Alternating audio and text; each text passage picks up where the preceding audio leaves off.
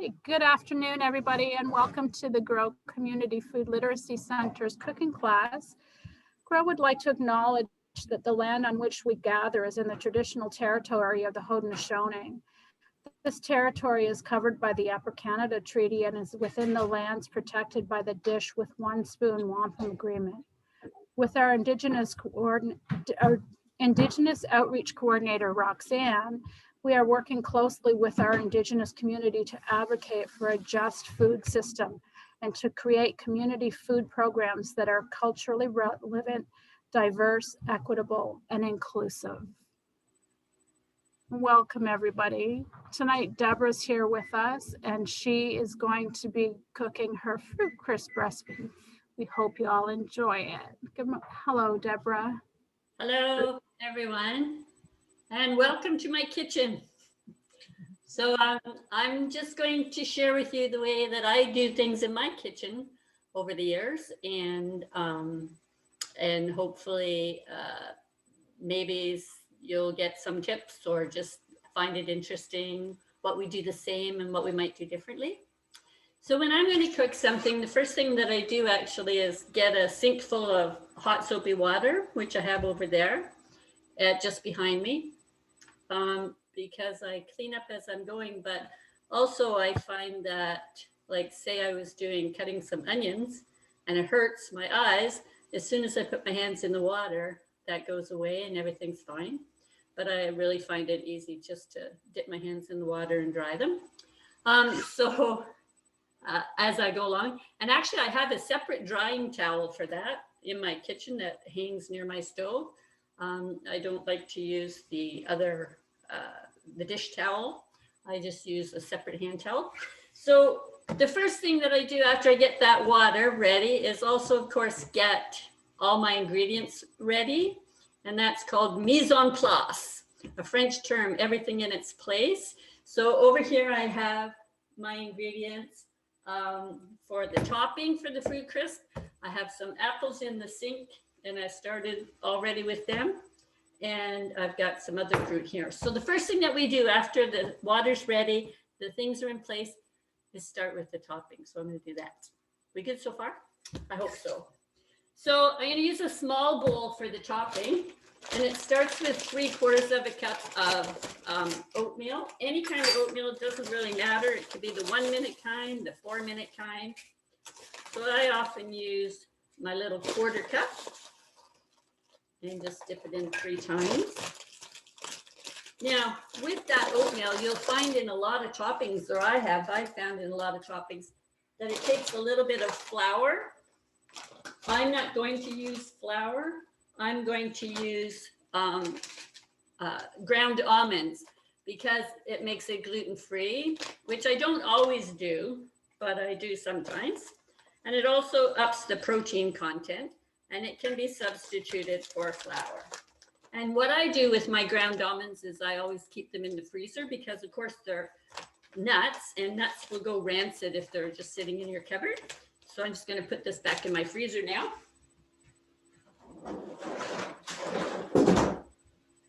Or is that just like nuts that you grind up really fine? Yes, but I don't bother to grind them up myself anymore. I just buy them from the bulk food store. And it used to be in the old days that they were made out of almonds that had already had the skins taken off them, blanched almonds. And so there was pure white. But nowadays the skins are left on, or at least in my bulk food store. And so they're brown and white. And of course, I guess that's more healthy for you. Now, it doesn't have to be almonds. It could be ground up walnuts or hazelnuts, whatever you like. Walnuts are supposed to be like the most healthy nut of all. If my nutrition knowledge is correct, it has a little bit more omegas in it for the brain health, but they're all healthy. And the next thing is some sugar. So the reason that I chose this dessert to make today is because it's a dessert that I think I can get away with. My conscience is happy because it's nutritional and it's not high sugar. So the actual topping has 1/4 cup. Let me just check. And then the filling has a half a cup. And it makes enough for 6 to 8 people. So that's not a heck of a lot. And then the other dry ingredient for the topping is cinnamon. And it just calls for like a half a teaspoon of cinnamon. But I usually put in a teaspoon and a half. Because after all, these things can be made according to taste. So I'm going to put in a teaspoon and a little touch. Then I'm going to mix that up before I add the fat to make this crumble topping. So the tastiest topping is made with melted butter, 3 tablespoons. If you don't want to use butter and still be fairly tasty, there are some vegan alternatives. Like I use Earth Balance vegan margarine, which I do really like the taste of. But again, to use it, you have to melt it. And I just actually find that instead, I'm going to use sunflower oil. It's not quite as tasty, but it works just fine. And then I don't have to melt anything, so it's a bit of a shortcut. So now, sunflower oil is not the healthiest oil in the world. Canola oil is more healthy, apparently, and it's made in Canada. But sunflower has a lighter taste, so I use that one when I want a good taste. So then, crumble topping, so I just use my hands. I like doing that. Get right in there. Food is supposed to be made with love. Our hands are clean. And we actually get to okay around. So now the topping is done. And so you see what I said about that hot soapy water. I'm going to use that now. And then I'm going to move my laptop here so that to the other side to show how I prepare the apples. And we'll get working on the filling. Oh yes, I forgot. It's always good to turn the oven on too before. Get your water ready, get your things in place and turn the oven on, which I did before you came on so I wouldn't forget. So I'm just going to take you over to the other side, which is what's behind me. So hopefully my laptop won't act up. What should your oven be set at? So this is 375 Fahrenheit. So here we are. So I have, oh, there, see, did you hear that? My oven is ready, which is right behind. So I have my hot water, and over here I have my apples. Now, lots of people have their own way. Everyone has their own way pretty much of how they want to do their apples.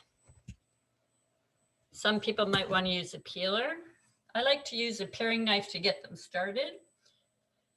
And I peel them first, and then I'll show you how I cut them, because I try to do it in a way that minimizes the waste of them. Now, to prepare this recipe, what takes the longest in time is this apple peeling. So I prepared some apples ahead of time. I peeled them ahead of time. And I'm just wondering if there's anyone that's cooking along and trying to do their apples right now. Or if I'm the only one, then I'll just like speed it up. So I've only got 2 more to peel, and then I'll show you how I cut them. So once again, I'm using fruit crisp today because I think it's a fairly healthy dessert. You have to have something sweet every now and again if you have a sweet tooth. But I really appreciate that it has so much fruit in it, because I put quite a bit of fruit in it. And it's colorful fruit. So apparently that's another thing that's good, is if you eat a lot of colors. So red apples. Today I'm going to use peaches and blueberries.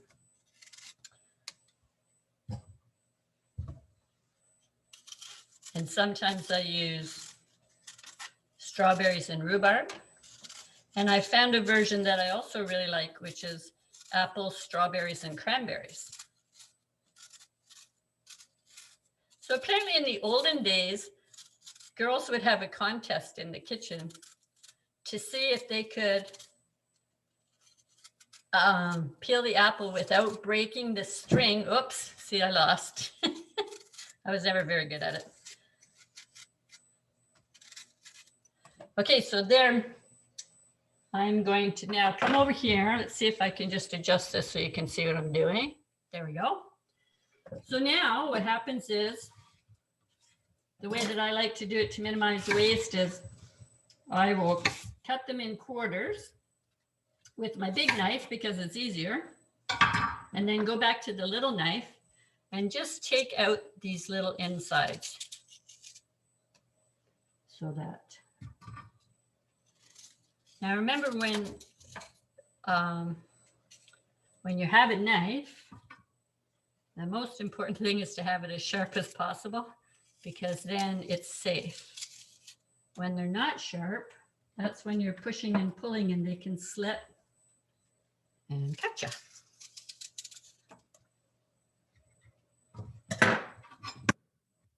When I was a girl, when I was a girl, now here sounds like a story, doesn't it? There used to be always a knife sharpening man that would come around once or twice a year. And you'd hear his bell, and all the people, the ladies would come out of their kitchen with their knives, and he had a great big round stone that was set before him on his bicycle. And he would make the pedals go around on his bicycle, and that would make his big whetstone go around, and he would sharpen everyone's knives up for them. That was his job. But now we have to do it ourselves.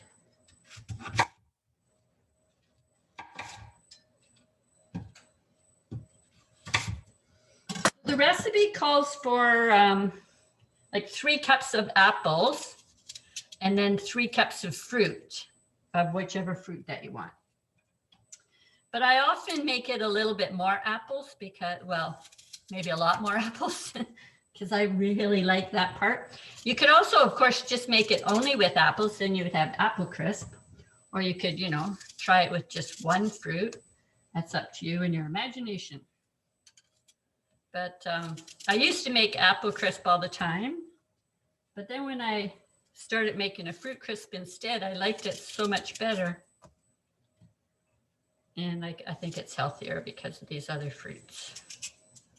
Healthy enough to eat for breakfast sometimes.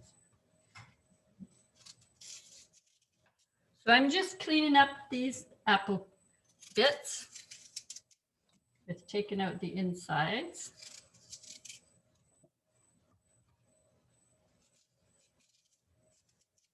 Do we have any questions so far? No, we're all good? It's pretty straightforward, don't you think?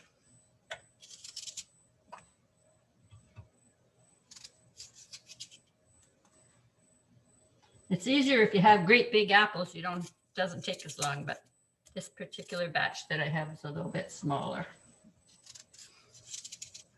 Again, when I was a kid, my mother would send me down to the basement to get the potatoes for supper. And she'd always say the same thing. Get me big ones, don't get me any little ones. So I would try and get her big ones, but I often thought, well, what's she gonna do with all the little ones? What's gonna happen to the little ones? Because I was just a little kid, I couldn't figure it out. And then finally I asked her one day, she goes, oh, I'll do them at the end when I have to, because it takes longer.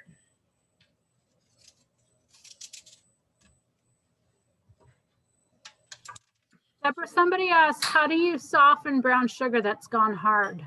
You know what? I had that just yesterday, and I just simply put it in a little glass dish and I put it in the microwave, and I did it for 20 seconds. And I had like a really old bit of brown sugar yesterday that the air had got to over time. So it was rock hard. So the 20 seconds, I took it out and looked at it and touched it, and nothing much happened. Put it in for 20 more. and it started to get soft. So then I broke it up with my fingers and put it in for a few more seconds. So that's my trick. But I know people sometimes they want to like put a piece of apple in or something in a plastic bag with your brown sugar.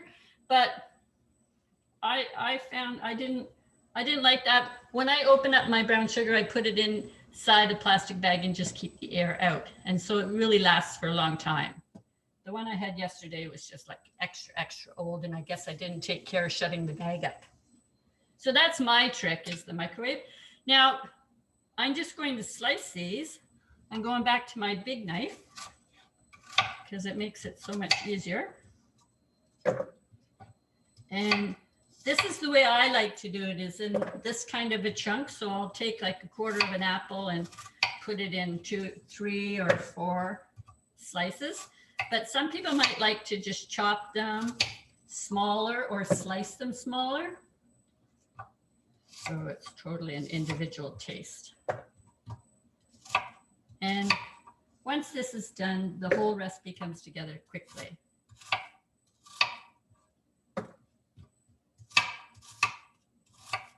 So my cutting board has little rubber feet on it. It was a gift to me from someone that had made it for me years ago. So it does not move. So it's nice and safe because of the rubber feet. But I like to watch Jamie Oliver on his cooking classes. And he always tells us, for those people that have cutting boards without little rubber feet on them, to put a dish towel underneath so that your board doesn't move. Because once again, if they move, then it's not safe and you could cut yourself again.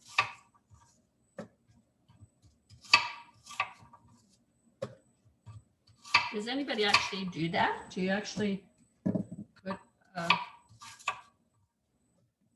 piece of cloth underneath it? I'm wondering. We have a cutting board that has an edge to it, so it fits up against the cupboard. Oh, So it never moves. I can't hear you, Pam. Oh, sorry. I That's said we have a cutting board that has an edge to it, so it fits up against the cutting board or against the counter, so it never moves. Good.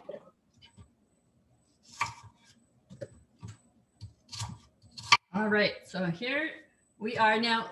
For me, again, if it's how I do things in my kitchen, what happens is I put my knives away as soon as I'm finished with them. I wash them, rinse them, dry them, and put them back in their place. I've always done that. I don't wait for the end of the meal. I just don't like leaving knives hanging around for a safety issue if there was little kids or anything. So there they go. And right now in here, I just thought I'd show you this. This is a little thing I get at the dollar store. I put in the sink, and then if I had like some soup that there was a little bit of soup left in the bowl, I could strain it through that. And then underneath my sink, I have my compost. And Pam, you were telling me that there's a compost you can get with worms. Are you telling me the truth? Yeah, mine is right beside me. I have a big bin of worms in my kitchen that eats all my composting, and then I have the stuff left over that I throw in my garden. Wowie. I never heard of that. Yeah. That's amazing. Okay, I'm going to move my camera back to the other side. Here we go. Plug you in again.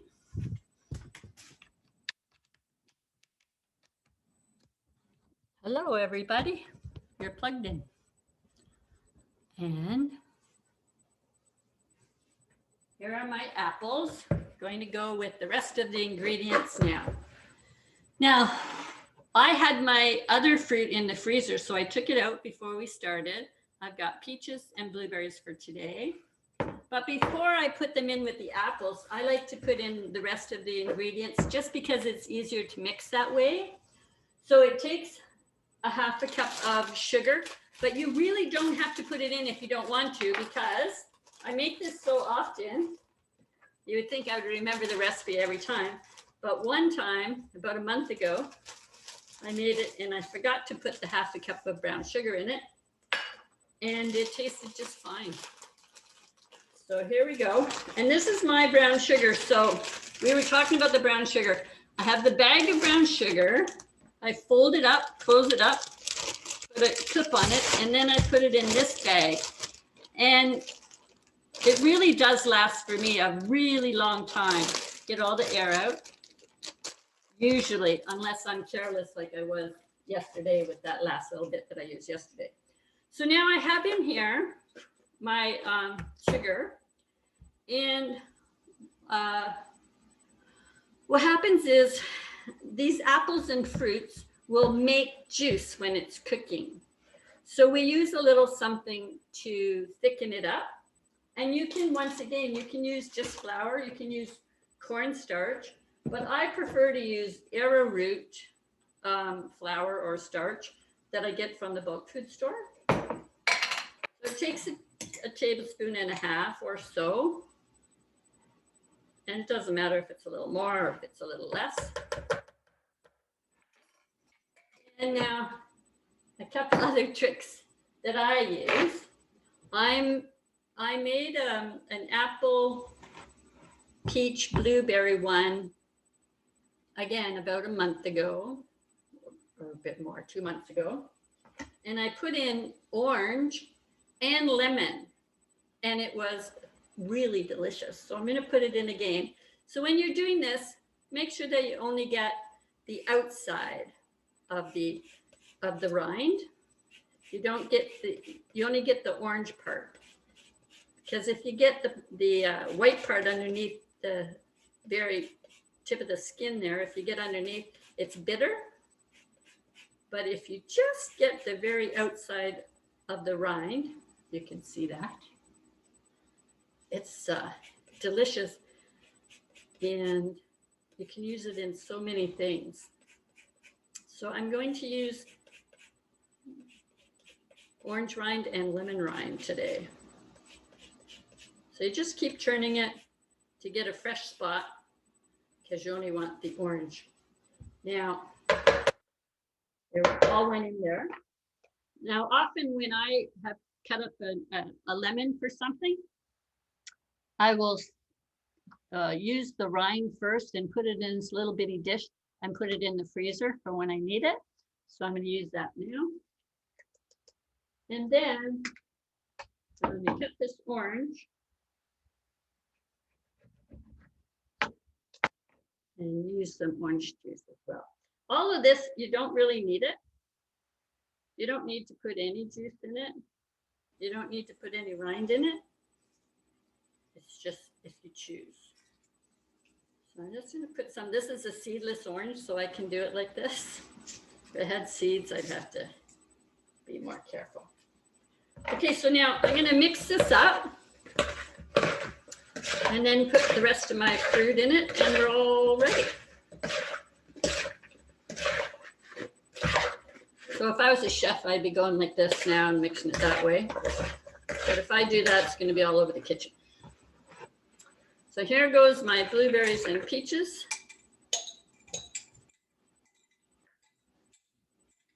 And because they were frozen, it's going to take a little bit longer to cook, to bake, than if I was just using all fresh fruit. That's okay.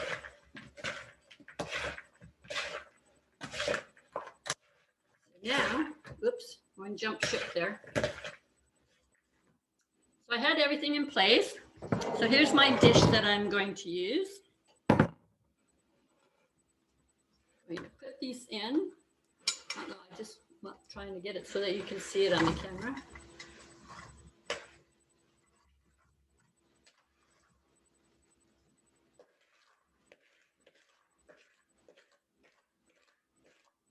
And I can put this bowl right in that water. I'm just going to try and distribute this evenly. You know, something I've noticed lately on television, different news shows, everybody that I've watched lately is not saying distribute, they're saying distribute. What do you say? I say distribute. I was kind of shocked. Distribute. Like Canadians on the CBC. Are they right and I'm wrong? I don't know. I would say distribute. Thank you, Pam. Thank you. So now this is in here. I'm going to put the topping on and just try and get it all over. It doesn't have to completely cover. You can have some fruit poking through. So we'll just do this. Again, we'll go back to the hands. You could always make more more topping if you like, but this is like kind of calorie wise. That's why it's only 3/4 of a cup. Now this is going to go in the oven at 375 for about 45 minutes. And you'll know it's done when it's been bubbling around the edges and it looks a little bit brown on top. And then because apples, different varieties of apples cook at different times, and some will cook really soft quickly. I think a Macintosh cooks down fairly fast and some won't. So you can always like test your apples with a fork or something like that. I'm just going to wash my hand again. Hang on. And this little mess that I made with the fruit that jumped ship. I put this in the oven, and then I'm going to take one that I already made yesterday. All right. So first I'm going to set my timer on my phone, just in case I start watching TV or something and forget all about it.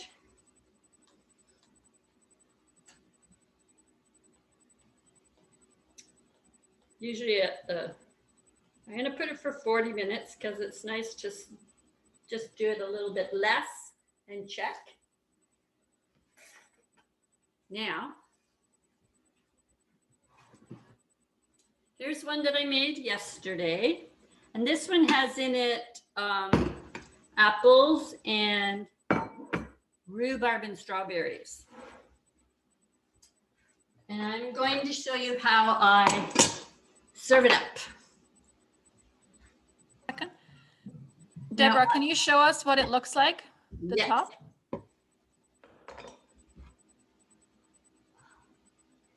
So sideways, Beautiful. front ways. Yeah. So too bad we don't have smell-o-vision. It smells pretty good. So this is best served at room temperature. It's delicious. If you heat it up, somehow it loses its flavor. I don't really understand that, but that's what I've found. You can also eat it cold out of the fridge. It's fine. You can eat it straight out of the freezer. It's fine. And I often put it, I put it in the freezer in individual servings. Now I have these cute little apple dishes. So I'll just take some and put it in the apple dishes. And that's a serving. So just show you what it looks like. So that looks like that. So I'll do 2 of them, and then I'll do a breakfast parfait.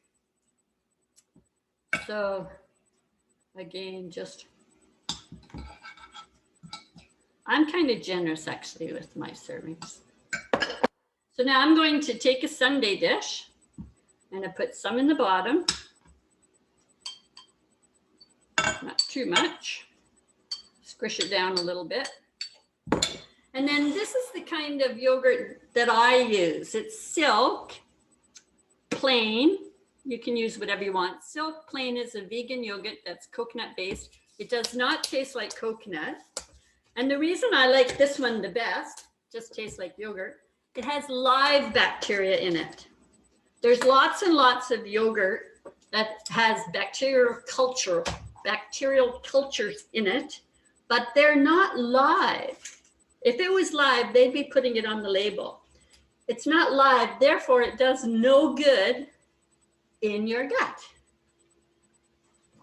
like live bacterial culture does. And I'd like, one of you nutritional experts to weigh in on that if possible. So here we are. We've got, there we are. So you can see, try and see that. So then I put in a little bit of yogurt. And then I put in some more. And to me, like, I really like the flavor together of the fruit, the topping, and the yogurt. Of course, it could be ice cream, could be whatever you like. But I usually don't have ice cream around. I usually have yogurt around. And just build up as much as you want. And then you could really get decadent, put some maple syrup on top of that. Or some more cinnamon. Or if you had granola for a little bit more crunch, because there's not a lot of crunch to it. So there's my parfait and my other desserts. And we still have this much left. Quite a bit. So I think that that's all. I'll be eating my other half of the orange after we come off of our Zoom call. So how are we doing? Any questions? So you would serve that at room temperature and not heated, like not warmed up? Is that what you said? Yes. At room temperature, the flavor is maximized. For some reason, when you heat it up, the flavor goes away. It's not as good. So so it's easy to serve that way. I mean, there's no law against heating it up, but I've found that it's not quite as tasty. Are there any fruits that you would not use for this? Well, I'm not against anyone's own creativity and experimentation, but I wouldn't use a kiwi. I might put a bit of banana in with other things, but I don't know. Pears would be fine. I don't know, what else do we have? I wouldn't put in citrus. How about canned fruits? Well, I think that the canned fruits, because they're already processed and cooked, they would probably end up being mushy. It'd be worth a try, but like that's why frozen fruits, even though they are processed, they go in there frozen. And so by the time they're cooked, they didn't turn to mush. Yeah, but I haven't tried it with canned fruit, so can't rule it out completely, but I think it might be mushy. So fresh fruit is really good. You could make a pear crumble just with pears, or pears and blueberries. I did apples and blueberries, just the two fruits one time. That was delicious as well. So it's really whatever is your favorite. Or apples and cranberries, just. That would be really good around Thanksgiving and Christmas time. I wouldn't do just cranberry, maybe. You could do just. Sorry, I know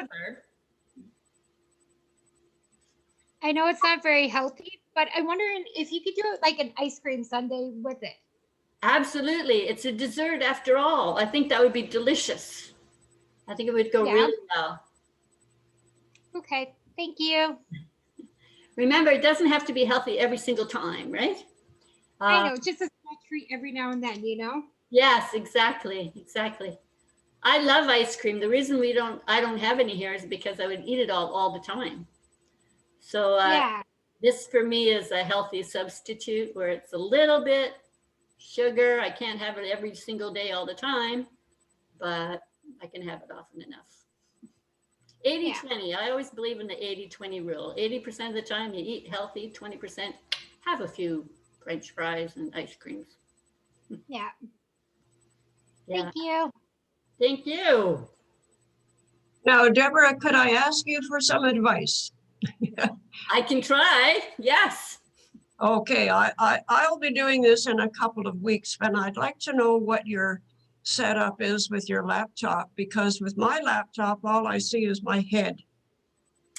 Well, I put my this is my kitchen counter here, and my laptop is on top of two books.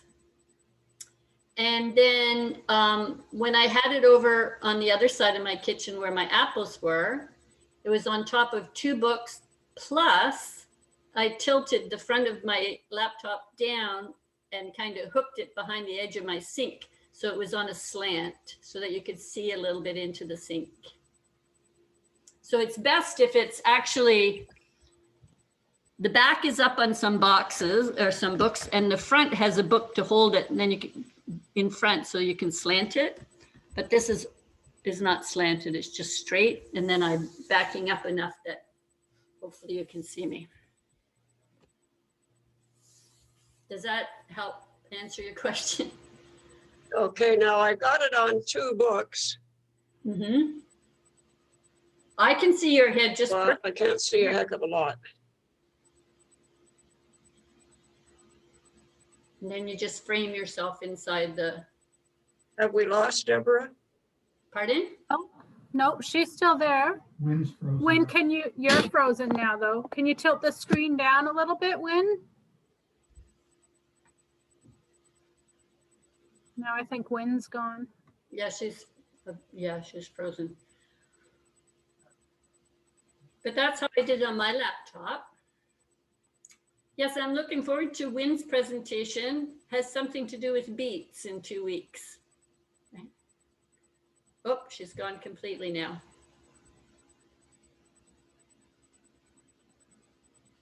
Oh. Pam, you're on mute now. Man, I said, I don't have the schedule right in front of me. I believe next week is Arwen, Yes. and she's making lentil soup. And then the following week Wynn. is Win. And she's making another kind of soup with beets, I think. And then after that, I believe Carly's doing a week. That's And I'm not wonderful. sure what she's making yet. Well, I see on the names that one of my hospice fellow friend volunteers is on. Hi, Eagles. Just wanted to give a shout out to you thank you for coming to our